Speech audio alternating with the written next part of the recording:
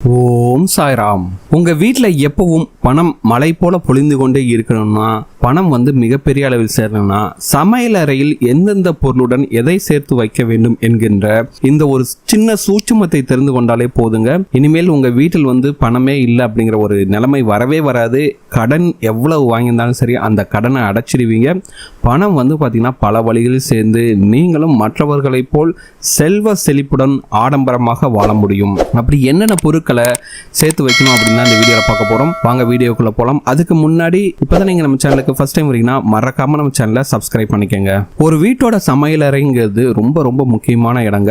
வீட்டில் செல்வ வளத்தை அதிகரிக்க எப்படி நம்ம பூஜை அறையை சுத்தபத்தமாக வைத்திருந்து பூஜை புனஸ்காரங்களை செய்கிறோமோ அதே அளவு முக்கியத்துவத்தை நாம் சமையலறைக்கும் கொடுக்க வேண்டும். பூஜை அறை பாத்தீங்கன்னா மகாலட்சுமி தாயார் இருக்கும் இடமெனில் சமையலறைங்கிறது அன்னபூர்ணி தாயார் குடியிருக்கும் இடம். அது மட்டும் இல்லாம சமையலறை அப்படிங்கிறது சுக்கிர பகவானுக்குரியதாகவும் பார்க்கப்படுகிறது.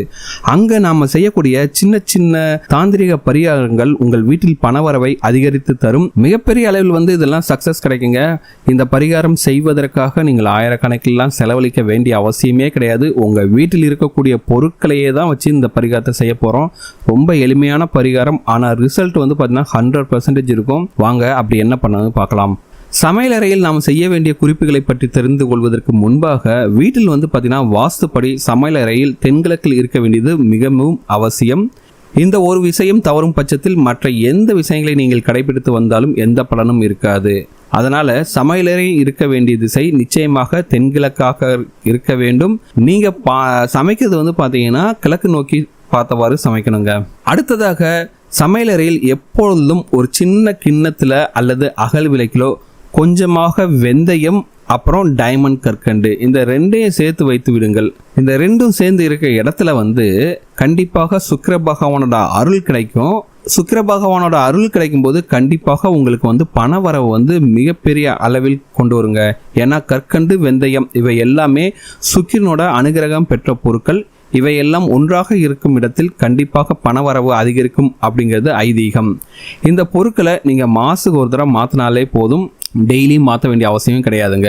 ஒரு சின்ன அகல் விளக்கு இல்லைன்னா கிண்ணத்துல வெந்தயம், டைமண்ட் கற்கண்டு இந்த ரெண்டையும் சேர்த்து வைக்கணும், அவ்வளவுதாங்க. அடுத்ததாக துவரம் பருப்பு போட்டு வைக்கும் பாத்திரத்தில் எப்போதும் ஒரு துண்டு சுக்கை சேர்த்து போட்டு வையுங்கள். இந்த ரெண்டு பொருளும், அதாவது துவரம் பருப்பு, சுக்கு, இந்த ரெண்டு பொருளும் ஒன்றாக இணையும் இடத்தில் பணவரவு அதிகரிக்கும். அது மட்டும் இல்லாம வறுமை, கடன் அப்படிங்கிற ஒரு பேச்சே அந்த வீட்டில் வரவே வராதுங்க.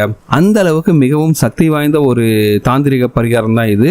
துவரம் பருப்பு போட்டு வைக்கும் பாத்திரத்தில் ஒரு துண்டு சுக்கு போட்டு பாருங்க. கண்டிப்பா உங்களுக்கு ரிசல்ட்ஸ் ரொம்ப சீக்கிரமாவே தெரியும். நீங்க அரிசி போட்டு வச்சிருப்பீங்களா, எந்த ஒரு வீடா இருந்தாலும் சரி ஒரு 5 கிலோ அரிசியாச்சும் வாங்கி வச்சிருப்பாங்க. அப்படி நீங்க அரிசி கொட்டி வைக்கும் பாத்திரத்தில் கொஞ்சோண்டு குங்குமப்பூ, துளசி, சரிங்களா, இதை ரெண்டையும் ஒரு மூட்டையா கட்டி வைங்க. கொஞ்சோண்டு குங்குமப்பூ எடுத்துங்க, ஒரு துளசியும் எடுத்துட்டு ஒரு சின்ன மூட்டையாக போட்டு அந்த அரிசி கொட்டி வைக்கும் பாத்திரத்தில் போட்டு வையுங்கள். அரிசியில வாடை வருமா அப்படின்னு பாத்தீங்கன்னா அரிசியில எந்த ஒரு வாடையும் வராது. அதனால பயப்படாம போட்டு வைங்க. இது மிகப்பெரிய அளவில் உங்களுக்கு பண வரவை அதிகரித்து கொண்டு வரக்கூடிய ஒரு மிகப்பெரிய தாந்திரிக வழி. கண்டிப்பாக நல்ல ரிசல்ட்ஸ் கிடைக்கும். அடுத்ததாக நீங்க பண்ண வேண்டியது பார்த்தீங்கன்னா சர்க்கரை டப்பாவில் எப்போதும் கிராம்பு, ஒரு ஏலக்காய், சரிங்களா, ரொம்ப சிம்பிள். சர்க்கரை டப்பால ஒரு கிராம்பு, ஒரு ஏலக்காய், இந்த ரெண்டையும் போட்டு வைங்க. இதுவும் பார்த்தீங்கன்னா பணத்தையும் வீட்டில் லக்ஷ்மி கடாட்சத்தையும் அதிகரித்து தரக்கூடிய முக்கியமான தாந்திரிக வழி.